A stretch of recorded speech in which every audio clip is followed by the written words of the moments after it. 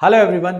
तो एक और वीडियो और आज की वीडियो में रिक्वेस्ट की है एक बहुत ही खास और बहुत ही इंपॉर्टेंट प्रॉब्लम के बारे में। तो प्रॉब्लम अगेन फ्लूइड से ही है और कुछ इस तरीके की प्रॉब्लम है। Again it is a problem related to speed of E flux.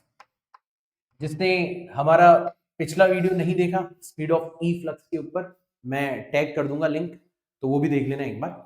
अब इसके ऊपर एक बहुत इंटरेस्टिंग प्रॉब्लम पूछी है बच्चे ने। ठीक है, बच्चे ने पूछा है कि सर कई बार है ना, ये जो कंटेनर होता है, इस कंटेनर के अंदर लिक्विड भरा हुआ है और एक लिक्विड नहीं भरा हुआ, दो इमिसिबल लिक्विड्स भरे हुए हैं।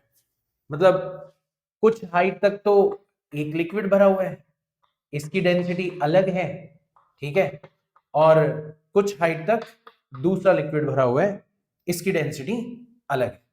ठीक है, इस तरीके की कुछ प्रॉब्लम हमें दी हुई है। ठीक, सर यहां पर ऐसा कुछ दे रखा है कि ये जो H1 हाइट है, यहां तक तो पहला लिक्विड भरा हुआ है, मान लो इसकी डेंसिटी कितनी है, ρ1 है, और सर इसके नीचे H2 हाइट तक दूसरा लिक्विड भरा हुआ है और मान लो इसकी डेंसिटी कितनी है, ρ2 है। ऐसे दो इमिसिबल लिक्विड्स यहां पर भरे हुए हैं और बिल्कुल नीचे यहां पर छेद कर रखा है यहां से, जहां से पानी बाहर निकल रहा है। तो यहां पर एक छोटा सा होल किया गया है और यहां से ये जो दूसरी डेंसिटी वाला लिक्विड है ना, ρ2 डेंसिटी वाला लिक्विड, वो यहां से आपको इस तरीके से बाहर आता हुआ नजर आ रहा है, इस तरीके से। तो पूछा जाएगा कि बताओ इस कंडीशन में जो स्पीड ऑफ ई फ्लक्स होगी वो कितनी होगी। ठीक है, तो सर अगर एक ही लिक्विड होता तो हमारा काम हो जाता, क्योंकि डायरेक्ट फॉर्मूला है हमारे पास में √2GH। ठीक है, लेकिन ऐसा तो नहीं है, यहां पर दो अलग अलग लिक्विड्स है, तो हमें फिर से बेसिक कंसेप्ट पर जाना होगा, देखना पड़ेगा कि हमने डिराइव कैसे किया था। तो हमने डिराइव किया था यूजिंग बर्नौलीज प्रिंसिपल। ठीक है ना, तो बर्नौलीज प्रिंसिपल में हम लोगों ने दो area of cross section choose किए थे। एक तो हमने ये वाला area of cross section choose किया था, ठीक है, और सर इसका एरिया तो बहुत ज्यादा है, कंटेनर की ओपनिंग का एरिया बहुत ज्यादा है, और दूसरा जो हमने एरिया है वो ये वाला कंसिडर किया था। इन दोनों पर हमने बर्नौलीज प्रिंसिपल अप्लाई किया था। इसका एरिया स्मॉल ए है और A is very very greater than small A, ये हमें दे रखा है। तो ऐसे केस में हम लोग क्या करते थे सर, ये जो वेलोसिटी है ना कंटेनर की ओपनिंग पर, इस लिक्विड के लेवल के ड्रॉप होने की वेलोसिटी है, इसको अपन लोग नेग्लेक्ट कर दिया करते थे। ठीक है ना, तो हम लोग बर्नौलीज प्रिंसिपल अप्लाई करते थे, यहां पर भी यही काम करते हैं। तो सबसे पहले इसके लिए अप्लाई करते हैं सर, रेफरेंस यहीं पर ले लेते हैं अपन। ठीक है, तो यहां पर बर्नौलीज प्रिंसिपल की तीनों टर्म्स लिखेंगे। तो सर बाहर से जो प्रेशर लग रहा है वो कितना है, एटमॉस्फेरिक प्रेशर है, तो यहां पर प्रेशर कितना हो गया, एटमॉस्फेरिक। ठीक है ना, सर आपने रेफरेंस यहीं पर ले लिया, तो जो हाइट है वो कितनी हो जाएगी, 0 हो जाएगी। ठीक है, क्योंकि जहां पर रेफरेंस किया वहीं पर है ये एरिया ऑफ क्रॉस सेक्शन। और तीसरी चीज कि सर यहां से v वेलोसिटी से लिक्विड बाहर आ रहा है, तो वेलोसिटी वाली टर्म हो जाएगी half rho into V square. अब आपको यहां पर ध्यान देना है कि सर यहां पर जो डेंसिटी लेनी है वो उस लिक्विड की लेनी है जो यहां से बाहर आ रहा है। तो यहां से बाहर कौन सा लिक्विड आ रहा है, ρ2, तो सर यहां पर डेंसिटी हमें ρ2 लेनी है। ठीक है, अब सर चलते हैं यहां पर, इस जगह पर चलते हैं। यहां पर अगर आप सबसे पहले प्रेशर की बात करोगे, तो सर यहां से जो प्रेशर लग रहा है वो तो एटमॉस्फेरिक प्रेशर ही है, तो प्रेशर भी यहां पर कितना हो जाएगा, P0 हो जाएगा, इसमें तो कोई दिक्कत है ही नहीं। फिर सर यहां पर रेफरेंस है, अब रेफरेंस से जब अपन हाइट वाली टर्म लिखते हैं, तो सर H2 हाइट तक तो ρ2 लिक्विड भरा हुआ है और इससे ऊपर H1 हाइट तक ρ1 लिक्विड भरा हुआ है। मतलब हमें दो टर्म्स लिखनी पड़ेगी, हमें लिखना पड़ेगा ρ2 multiplied by G multiplied by H2 and ρ1 multiplied by G multiplied by H1। और रही बात कि सर यहां पर वेलोसिटी, वो तो नेग्लिजिबल है, तो आप चाहो तो ऐसे लिख सकते हो half into ρ1 multiplied by zero का स्क्वायर।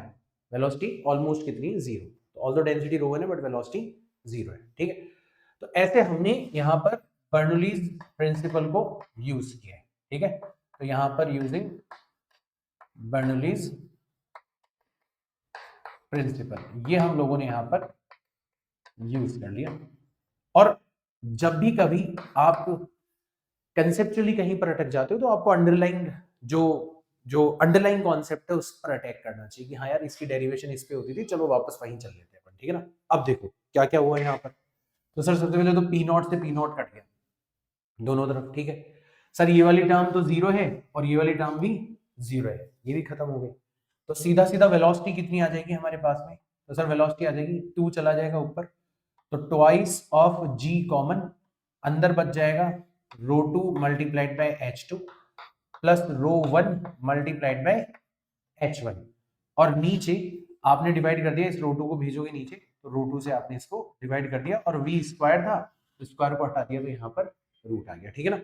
तो सर इसको आप थोड़ा सा और सिंप्लीफाई कर सकते हो, वेलोसिटी को आप ऐसे लिख सकते हो, रूट के अंदर ट्वाइस ऑफ g टाइम्स रो 2 से रो 2 डिवाइड होगा तो सिर्फ H2 बच जाएगा, प्लस यहाँ पर H1 multiplied by rho 1 divided by rho 2, ऐसा कुछ हो जाएगा सर ये फॉर्मूला, ठीक है।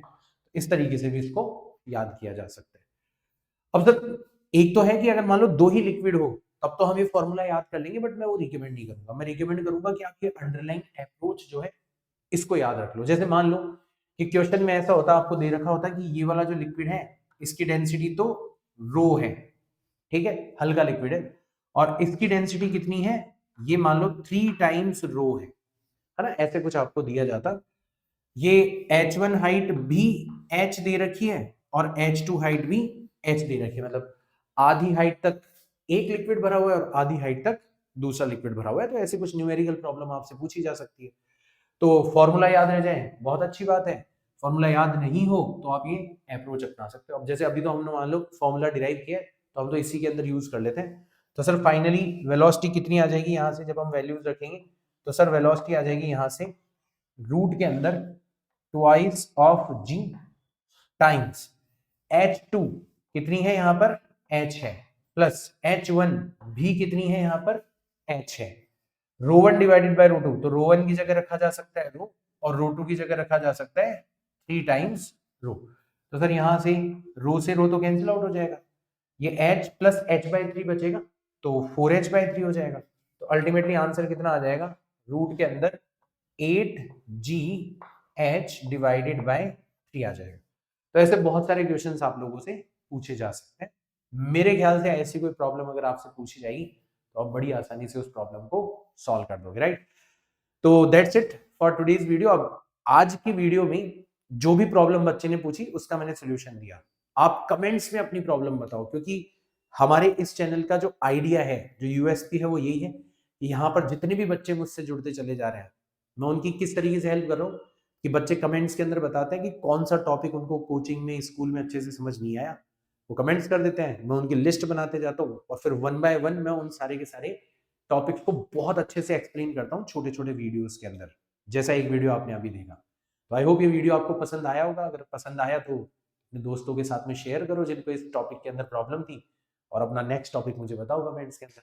मैं मिलता हूँ आपसे, till then tata bye bye, see you all in next video, Jai Hind.